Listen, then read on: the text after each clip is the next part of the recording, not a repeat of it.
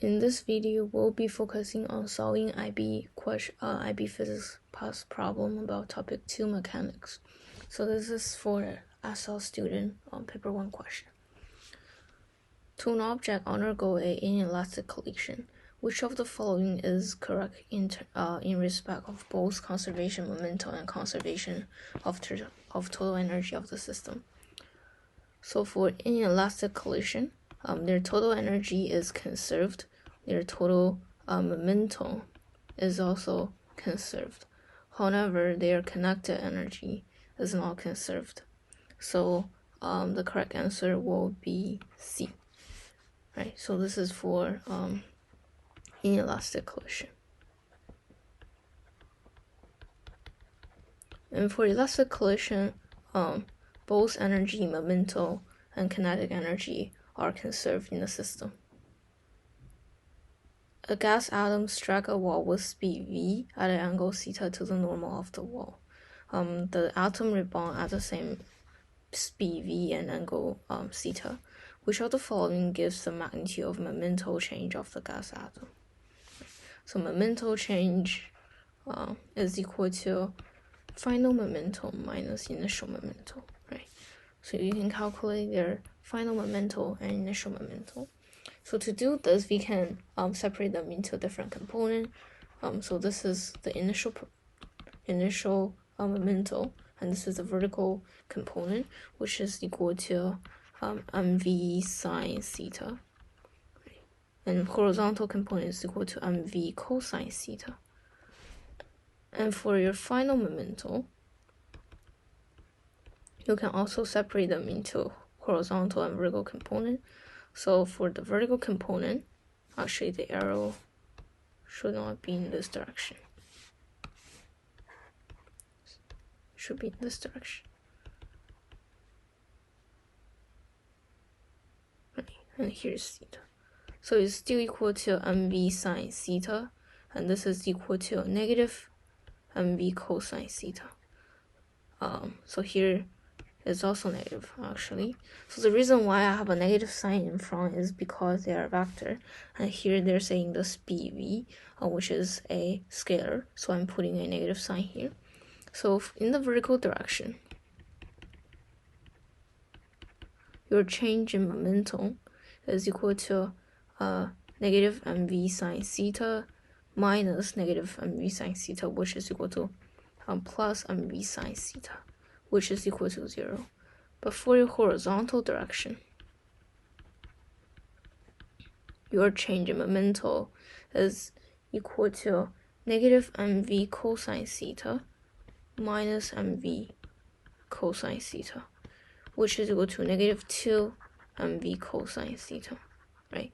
And since they're asking v about the magnitude, we're gonna take the absolute value of this quantity, which is equal to 2 mv cosine theta. So the answer is D.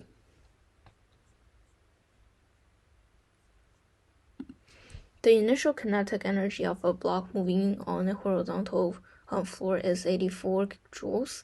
A constant frictional force acts on the block, bringing it to rest over a distance of 2 meters. What is the frictional force on the block? So we know that for work energy thermal, they're saying that changing kinetic energy is equal to work done by a force. And work done by a force is equal to friction multiplied by displacement, right? Force multiplied by displacement, I mean. And in this case, the force is equal to friction, right? So now we can use this equation to calculate frictional force on the block, right? So their changing kinetic energy is equal to 1/2 times their, actually we have energy here, is equal to 48 joule. So 48 joule is equal to frictional force multiplied by displacement travel, which is 2. So frictional force is gonna be equal to 24 Newton. So the answer is A.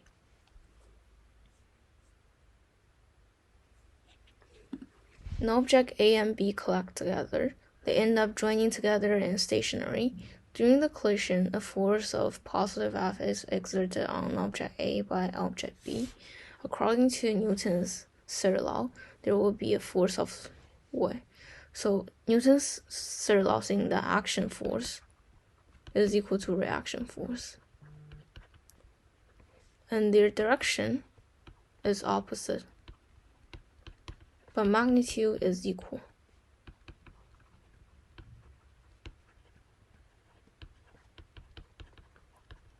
So if there's a positive force, a positive F, there's gotta be a negative F for reaction force.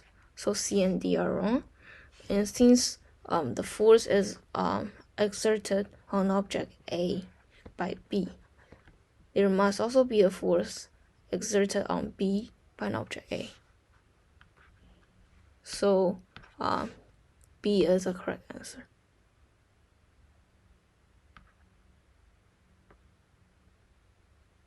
Oh, actually, sorry. A is the correct answer. Right? Because it says here, the force exerted on an object A by B, so there must be a force exerted on B by an object A. I almost circled the wrong answer, sorry. An object falls from a high h close to the surface of the moon. The moon has no atmosphere. When an object has fallen to high h over 4 about the surface, what is the value of kinetic energy of an object of atom h over 4 over gravitational potential energy of an object at h? So gravitational potential energy at h is equal to mgh, and for here, you can calculate the kinetic energy by using conservation of energy. So change in kinetic energy is equal to change in gravitational potential energy. So change in gravitational potential energy is equal to mg h minus h over 4, right? Which is equal to 3 over 4 multiplied by mgh. So 3 over 4 mgh over mgh is equal to 3 over 4. So the answer is A. So if you're wondering why I do this here, why we have 3 over 4, think about the question when they say has fallen to the height of h over 4. So initially the height is h, but after you fall, you went to here, h over 4. And here is your change in potential energy. A car traveling at a constant speed covers a distance of 100 meters in 5 seconds. The thrust of the engine is 1.5 kilonewton. What is the power of the car? So for power, you need to know some important formula. So power is equal to energy, change in energy, divided by change in time, which is equal to work done divided by time. And this is equal to force multiplied by displacement divided by time, which is equal to force multiplied by velocity. And for this problem, you can just simply use the formula here. So this is gonna be equal to 1.5 kilonewton multiplied by velocity, which is 20 meters per second. And this is gonna be equal to 30 kilowatt, right? So the answer is D. So if you're wondering why did I change the unit here, is because the unit of meter or second, they actually cancel out if you calculate the base unit of kilonewton. You can also convert the unit of kilonewton to Newton first, but then you need to divide it by 1000 as well. So the unit conversion cancels out in the process. An object is at rest at time t is equal to 0. The variation with t of the acceleration a of the object is showing from t is equal to 0 to t is equal to 20 seconds. What is the speed of the object at t is equal to 15 seconds? So this is acceleration versus time graph. an area on a curve represent their velocity, right? Or speed. Depends on the graph, whether they sketch acceleration in magnitude or in vector form. So 15 is here. Acceleration is equal to area on the curve. So we can calculate them. So for this triangle here is equal to 10 multiplied by 5, which is 15 divided by 2. So it's equal to 25. And here is equal to 5 multiplied by 5, which is equal to 25 as well. So the total area is equal to 15. So the answer will be B. A boy runs along a straight horizontal track. The graph shows how his speed v varies with time t. After the 15 seconds, the boy has run 50 meters. What is his instantaneous speed and his average speed if t is equal to 15 seconds? So for those kind of problem, I recommend you to look for instantaneous speed first, since it is easier, shown by the graph, right? So at 15 seconds is here, which is 5 meters per second.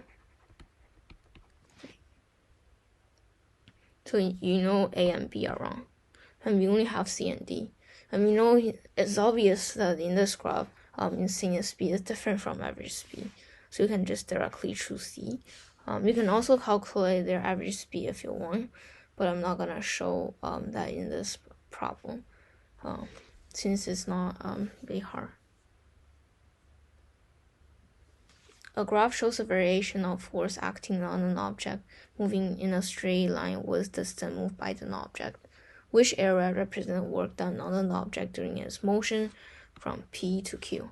So from P to Q is here. And for force versus distance graph, just remember that their area on the curve represents work done. And this is because their area is equal to force multiplied by distance, which is equal to work done. So here from the work done from P to Q is just equal to the area here, which is equal to y plus d. So the answer is C. Another way of thinking about this is the following. So work done from P to Q. You can also calculate their total area. So total work minus the amount of work you need to go to P, which is equal to x plus y plus z minus x, right? So the answer is gonna be same. It's still equal to y plus z. To an object m1 and m2 approach each other along a straight line with speed v1 and v2 as shown. The object collide and stick together. What is the total change of linear momentum of the object as a result of collision? So change in momentum for the collision. So we know there's conservation of energy, which state that the total amount of momentum in a system remain unchanged if there's no external force acting on it. So if the total momentum of a system is conserved, then their change in momentum is gonna be equal to 0. So D is the answer.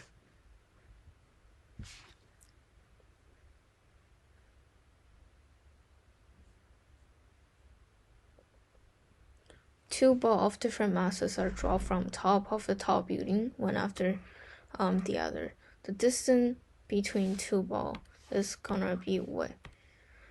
So here you can calculate their vertical displacement. So for ball 1 is gonna be equal to what? It's gonna be equal to half multiplied by gravitational acceleration multiplied by t squared. And for the second ball, it's gonna be equal to a half multiplied by gravitational acceleration multiplied by t2 squared So their distance is gonna be equal to a half multiplied by g t1 square minus t2 square. So this thing here, they're gonna increase with time, right? So delta H is gonna increase with time because here is gonna increases. So delta H is also gonna increases. So A is the correct answer. So in this problem, they did not consider drag force. However, if drag force is present, what happens is they're gonna reach a terminal velocity. So initially, the distance between two objects is gonna increases with time. However, under the impact of drag force, their distance will remain the same after reaching their terminal velocity. Which of the following is a condition for an object to be in transitional equilibrium? So this is about Newton's law, right? And we know the answer must be D. The resultant force must be 0. This is just a definition of transitional equilibrium. So for object must be moving at a constant speed. Well, this is not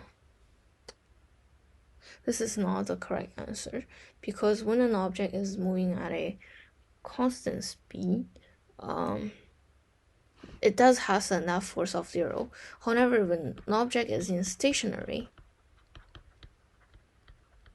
they can also be in transitional equilibrium by maintaining a net force of 0. So whenever an object is in stationary or constant velocity, they now have net force of 0. So this is not the necessary condition for transitional equilibrium, but this here is the necessary condition of transitional equilibrium. So net force gotta be equal to 0 for an object to be in transitional equilibrium, and net force is the identical concept of resultant force. A projectile is fired horizontally from a cliff, and the projectile hit the ground 4 seconds later at a distance of 2 kilograms from the base of the cliff. What is the height of the cliff? So this is time, right? And since it's fired horizontally, we know its initial vertical velocity is gonna be equal to 0 meter per second. So their height is gonna be equal to a half multiplied by g multiplied by t square.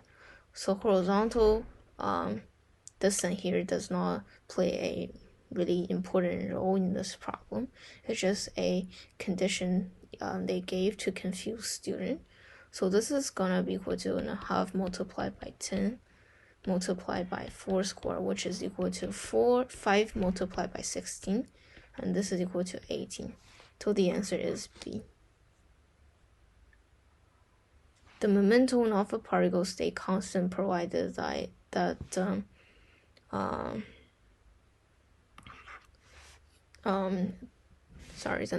net external force acting on it is 0. So this is correct, because net force is equal to the rate of change of momentum. So when here change in momentum is equal to 0, net force is also gonna be equal to 0. So for A, it says it moves in a circle with a constant speed. So for uniform circular motion, if you haven't studied this, don't worry, this is in topic 6 of circular motion. Its speed does remain constant. However, if velocity changes because the direction of its tangential speed changes, so their momentum as a vector also changes. And option B says acceleration is uniform. So this is the same thing. You need to know that momentum is a vector. So although acceleration might maintain a constant magnitude, however, if the direction changes, momentum also changes, and that internal force acting on it. So internal force is about like atomic level stuff. It's about a molecule compound. So you should clearly know that internal energy doesn't play a role here.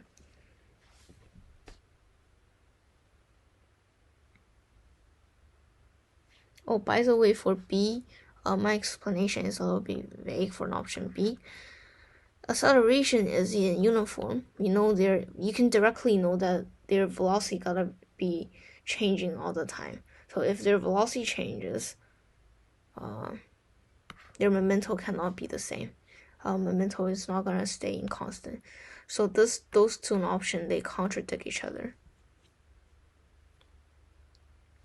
The diagram shows a girl attempting but failing to lift a heavy suitcase of weight W. The magnitude of the vertical upward pull of the girl on the suitcase P. The magnitude of vertical reaction on the floor of the suitcase is R. Which equation correctly relate W, P, and R? So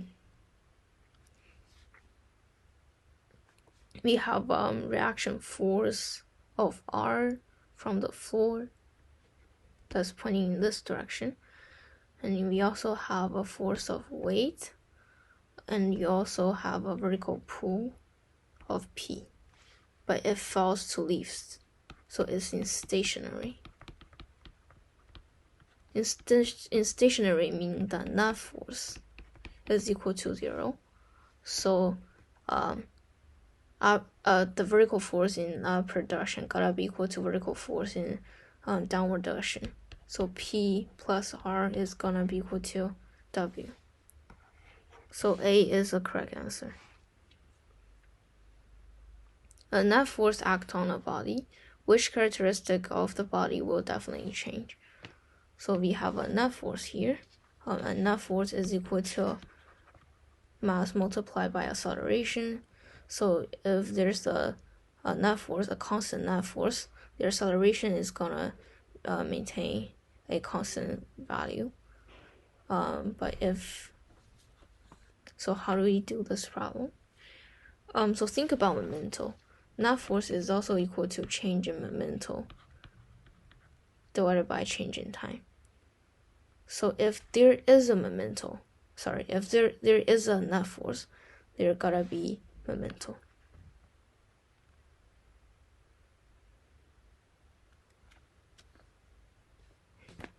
So B is the correct answer.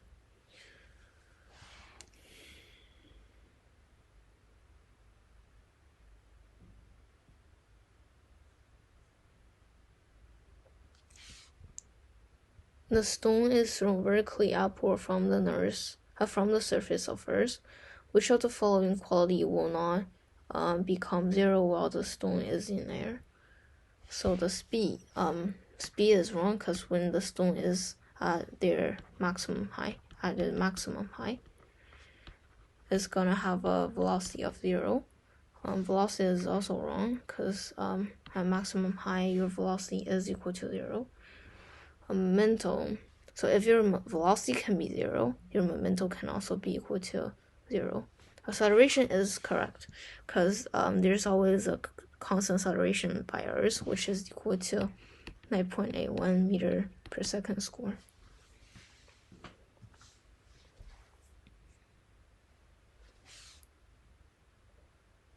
A railway engine of mass M move along a horizontal track with uniform speed v.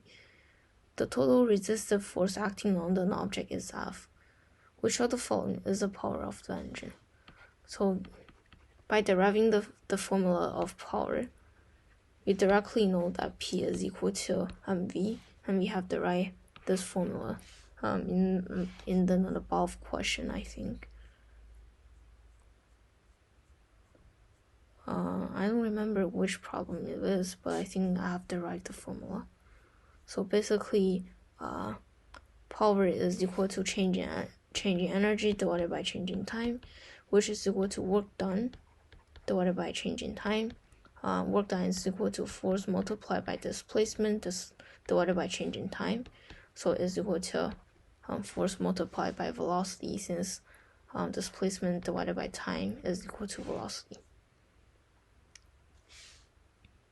The ball of mass 0.40 kilogram travel horizontally and strike a vertical ball with speed 5 meter per second.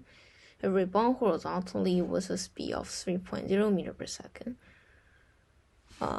the ball is in contact with the wall for 0.2 seconds, what is the average magnitude of force exerted on the ball?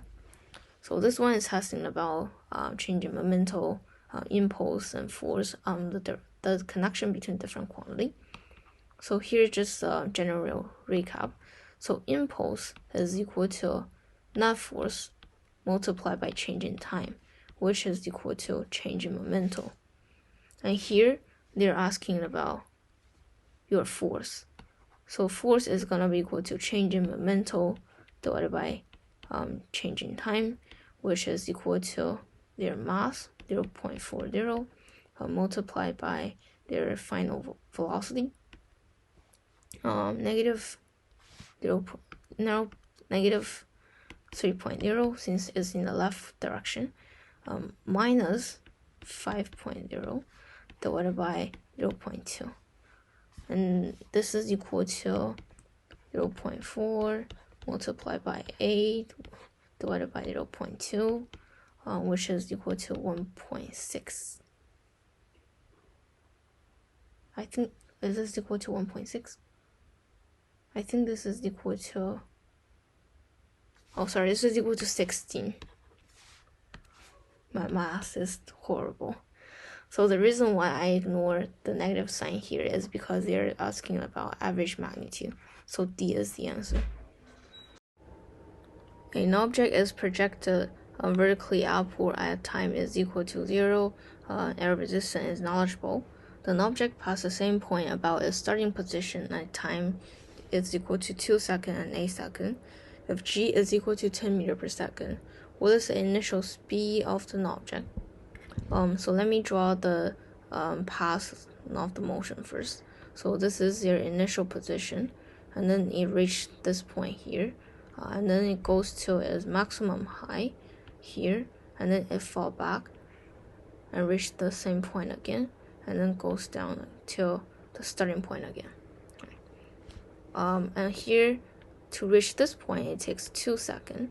And how much does it take to reach this point from the maximum height?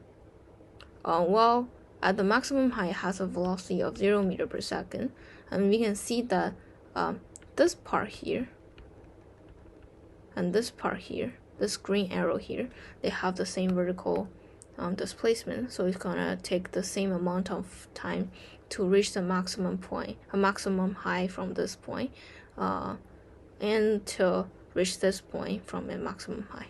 So 2 seconds plus 2t is gonna be equal to total time to reach this point, which is 8 seconds given by the problem. So t is equal to 3 seconds. So it takes 3 seconds to reach this point from a maximum height. And it's gonna take another 2 seconds to reach its starting position from this point, right? And now you can calculate velocity at this point, because velocity at the maximum height is equal to 0. So velocity here is gonna be equal to gravitational acceleration multiplied by time, which is equal to 30 meters per second downward. Right, downward. So this is equal to negative 30 meters per second. So negative sign represents downward direction here. And then we can calculate their initial velocity, since change in velocity is equal to acceleration multiplied by time. So change in velocity is equal to acceleration multiplied by time.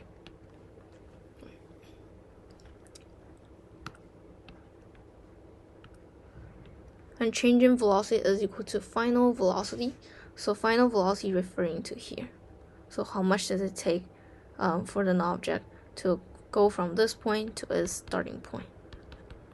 So its starting point position is gonna be vi. So vi minus velocity here, which is negative 13. So minus negative 13 is equal to plus negative 13. Is gonna be equal to g multiplied by t. So sorry.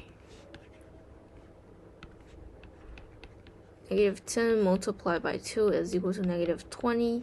So VI is gonna be equal to negative 15 meter per second.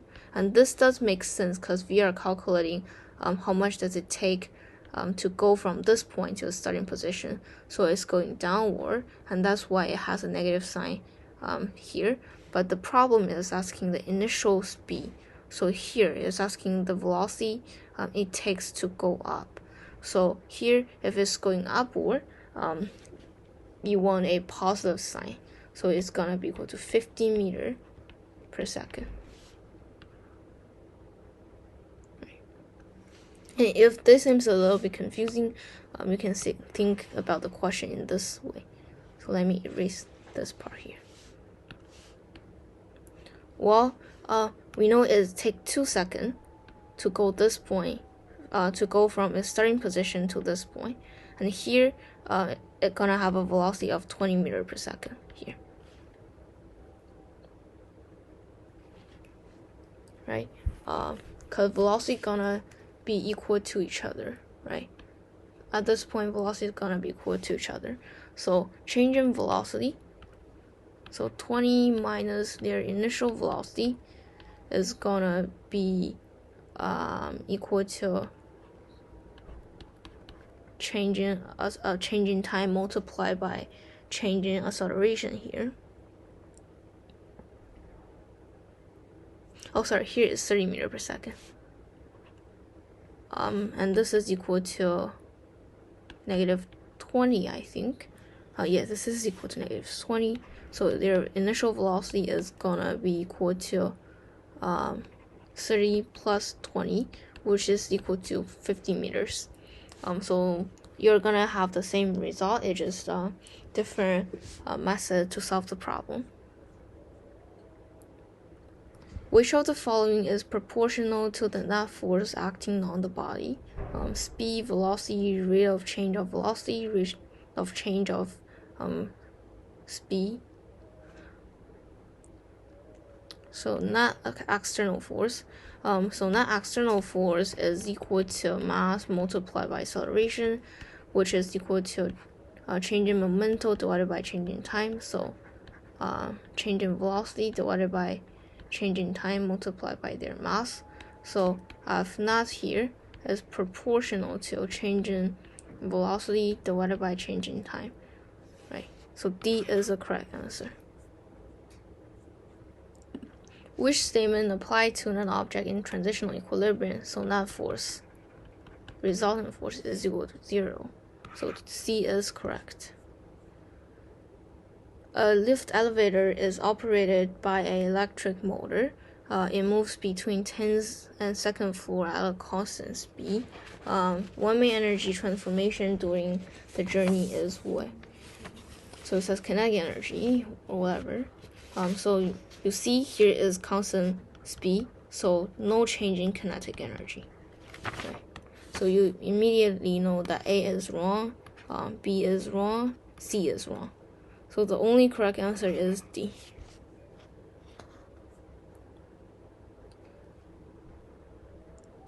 Child X throw a ball to child Y. The system consists of the ball, the children, and the earth. What is true for the system when the ball has been caught by Y?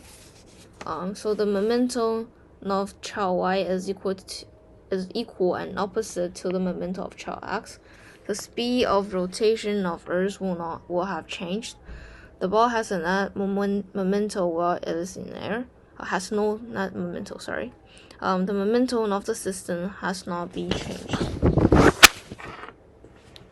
So by conservation of momentum, we know that momentum of a system will remain constant if there's no external force acting on it.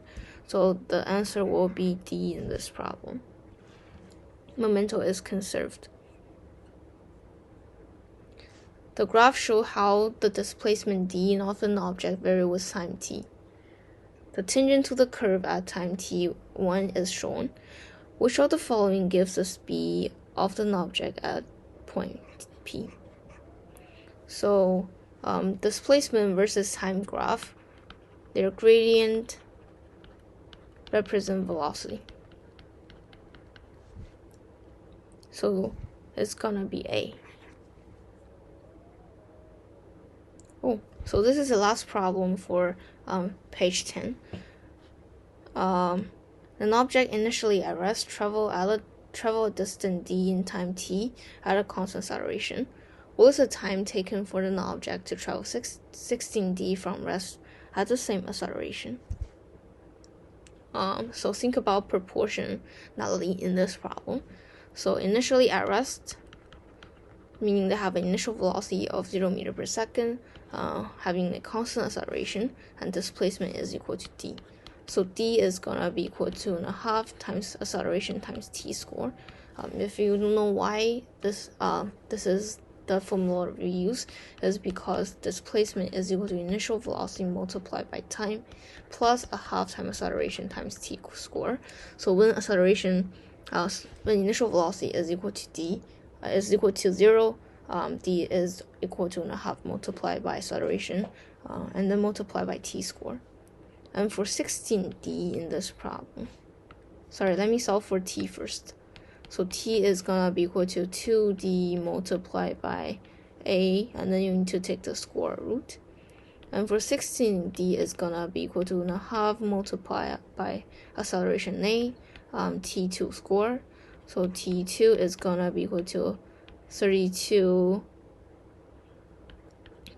divided by acceleration a, and then take the square root.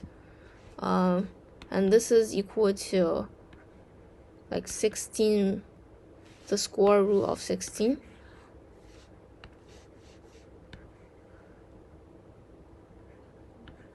Multiplied by 2d over a, which is equal to 4 multiplied by t. So the answer is C. Which of the following is a elastic collision? So in elastic collision, energy, momentum, and kinetic energy are conserved. A says the two railway, they collide and stick together. So this is wrong because this is a inelastic. B says two railroad trucks collide and they do not link together. C said two gas molecules collide and they change direction. D says they collide and the bond is formed between them. So we know A and D is wrong. And if you study chemistry, you'll probably know that bond formation is exothermic, right? So A and D are wrong because when bond form is more like a inelastic collision, and they do lose some. The kinetic energy does change. B and C. C is the correct answer because B only says they do not link together. So do they just stop? This can be a question. And if they stop, and two objects initially, if they have different momentum, then their kinetic energy might not be conserved, right? But for for C, if they bounce off,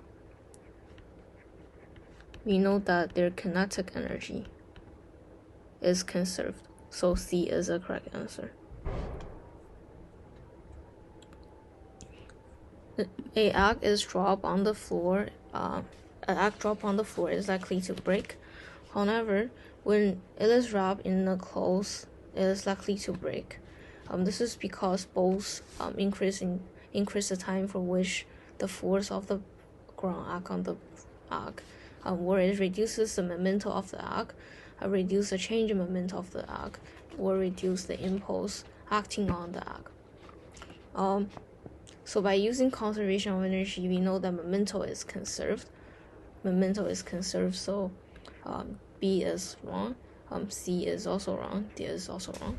So the reason why is less likely to break is because your time increases, right? And we know impulse or change in momentum is equal to force multiplied by delta t. So if t increases, time increases, then force acting on your egg is gonna decreases, and that's why it's less likely to break. The graph is b versus time graph of an object that is moving in a straight line. The distance traveled by an object during the first 4 seconds is y. So distance is equal to area on the curve. So 4.5 multiplied by 4 multiplied by 20 is equal to 2 multiplied by 20, which is equal to 40. So B is the answer.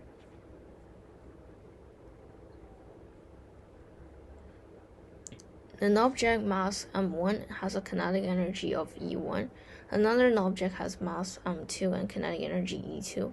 An object has the same momento. What is the ratio of kinetic energy E1 over E2? So kinetic energy E1 is equal to 1/2 multiplied by mass 1 multiplied by V1 square, which is equal to m1 square multiplied by V1 square divided by 2m1. And this is equal to their momento, p square divided by 2m square. And for E2, same thing, 1/2 multiplied by m2 multiplied by v2 square, which is equal to v2 square v2 square divided by 2m2, which is also equal to p square but divided by 2m2. So E1 over E2 is gonna be equal to p squared divided by 2m1 multiply the reciprocal of this quantity here, so 2m2 divided by p squared, which is equal to m2 over m1. So the answer is C.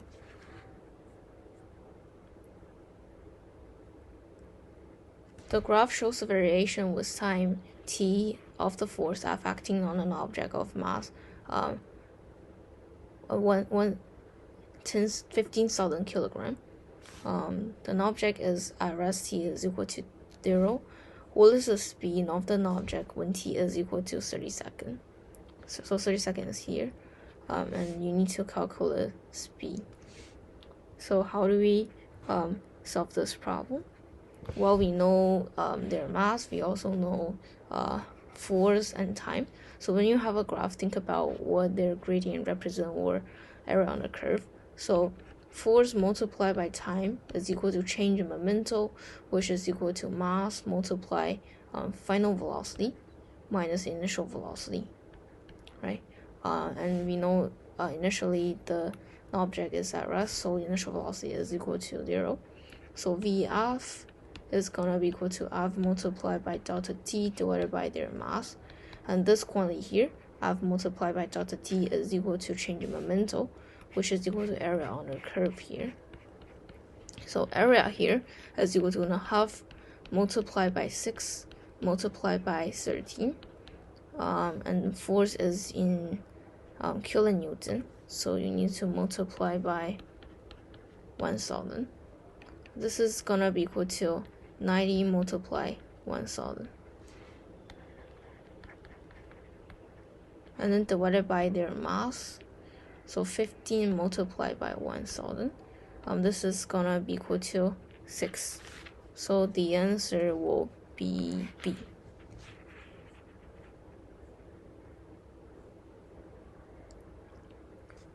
A constant force of 12 Newton is applied for 3 seconds to a body initially at rest. The final velocity of the body is 6 meters per second. What is the mass of the body? So this one is also testing about impulse and change in momento. So force multiplied by delta t is equal to change in momento.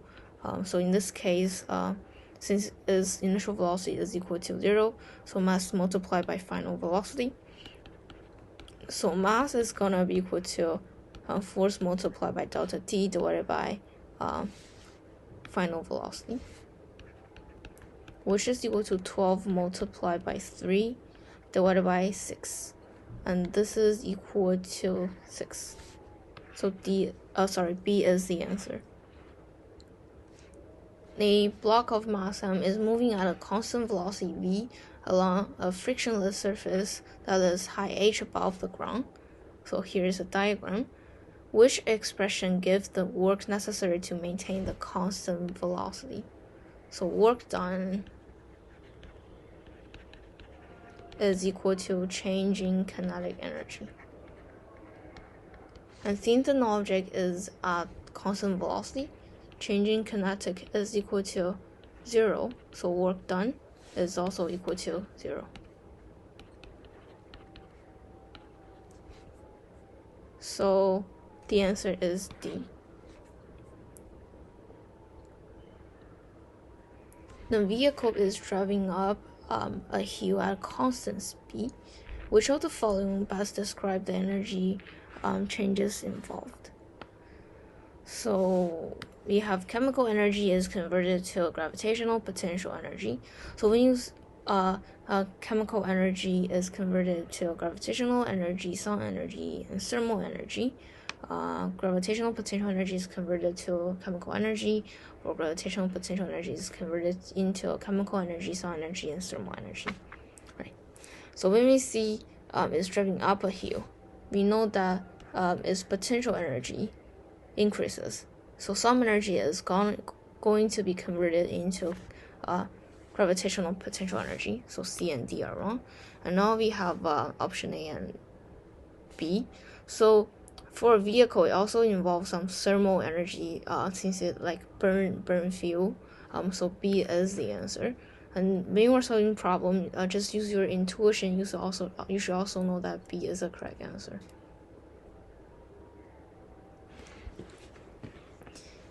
Each side of a metal cube is measured to be 2.0 centimeter multiplied or minus 0.20 centimeter. What is the absolute uncertainty in the calculated volume of the cube? So you need to calculate their percentage uncertainty first. So 0.2 divided by 2.0 is equal to 0.1. So this is equal to 1% or 10%. 10%, sorry. And then you need to calculate their value, their best estimation of value, which is equal to 2.0 with the power of 3, so 8.0. Right. And then 8.0 multiplied by their percentage uncertainty, 0.1 multiplied by 3 is equal to A multiplied by 0.3, which is equal to 2.4. So the answer is D. Just to clarify the problem a little bit, the reason why we multiply by 3 is you want to calculate the sum of the percentage uncertainty. So if you write out the equation for value, it's going to be 2.0 plus or minus 0.2, 2.0 plus or minus 0.2, 2.0 plus or minus 0.2. So here the percentage error for one of them is 0.1. and for the other one is also 0.1, for the other one is also 0.1. So the sum of their percentage uncertainty is gonna be 0.3, and that's why I multiply by a 3 here. A rubber ball traveling in a horizontal direction struck a vertical wall. It rebounded at right angle to the wall. The graph illustrates the variation of the ball's momentum p with time t when the ball is in contact with the wall. Which of the following statement is true? The shaded area is equal to force exerted by the wall. So they're all testing about area and gradient. So what does area and gradient represent? So change in momentum divided by change in time is equal to net force. And change in momentum multiplied by change in time, so there's no physical quantity.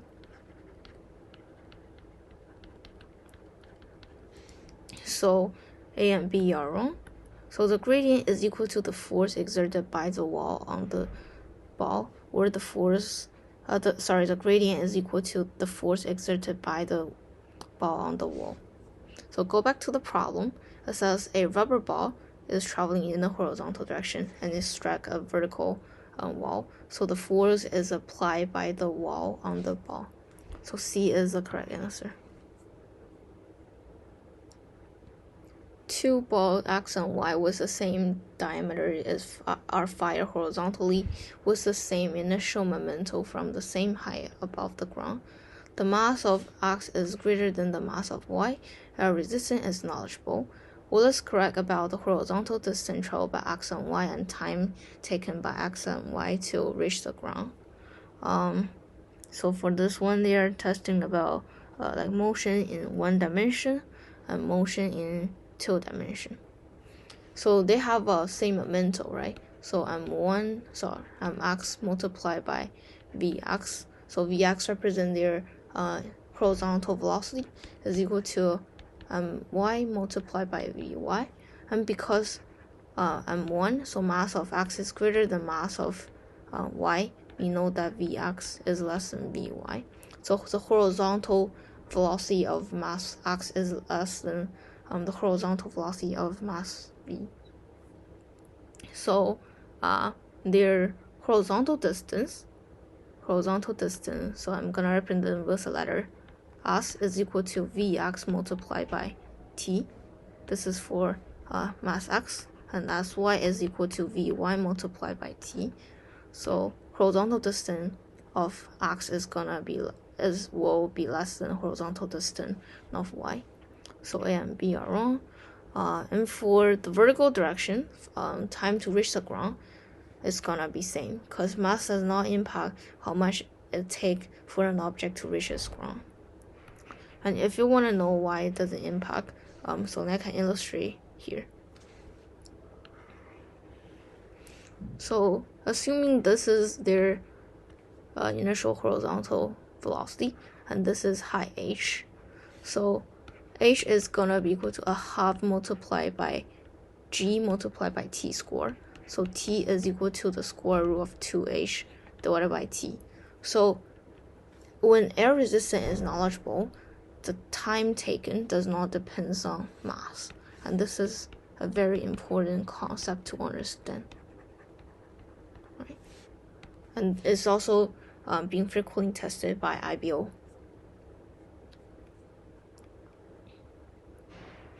The time taken for a stone drop from rest to fall vertically through 60 meters is 2.0 seconds. Based on this measurement, what is the best estimation for the acceleration of free fall? So for free fall, remember this formula. It's gonna save your life. Or for any motion with a initial velocity of 0 meters per second but a constant acceleration, remember this formula. It's gonna save your life. So acceleration is equal to 2h divided by t squared, which is equal to 2 multiplied by 16, so 32, divided by 2 squared, 4, is equal to 8 meters per second. And this is equal to, oh sorry, I do not need to use the square rule. So it's equal to 8. So the answer is B.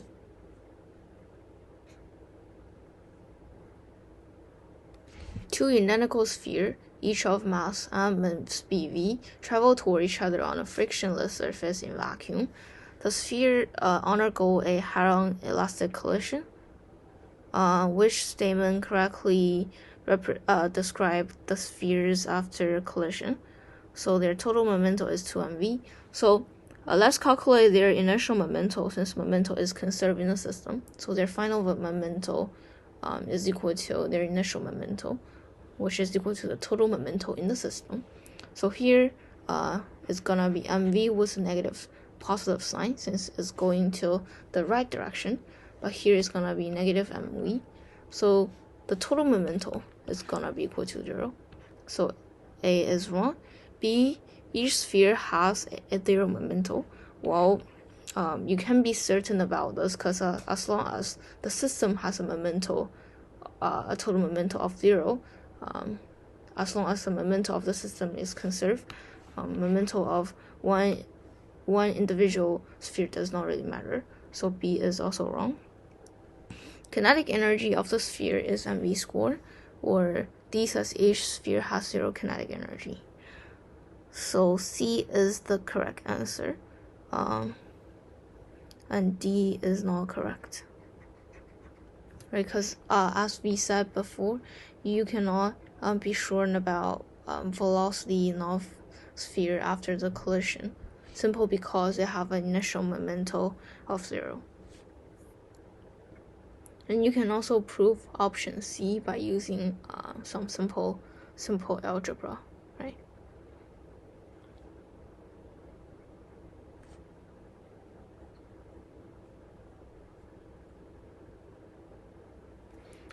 A force which increases uniformly from 0 to a maximum value h is applied to an object.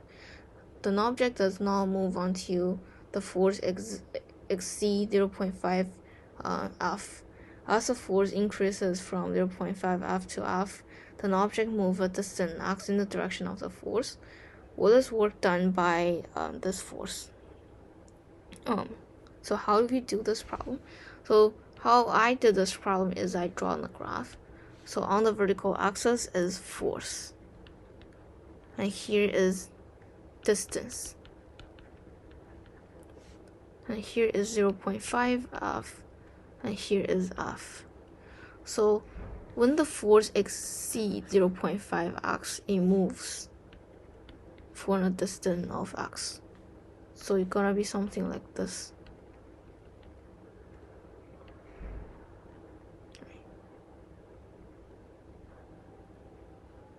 And this area here represents work done.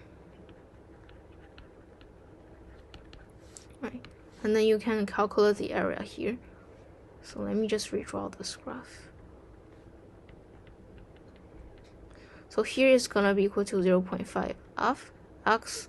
Here is gonna be equal to 0.25 x. So the total area is equal to 0.75 x. So is the answer.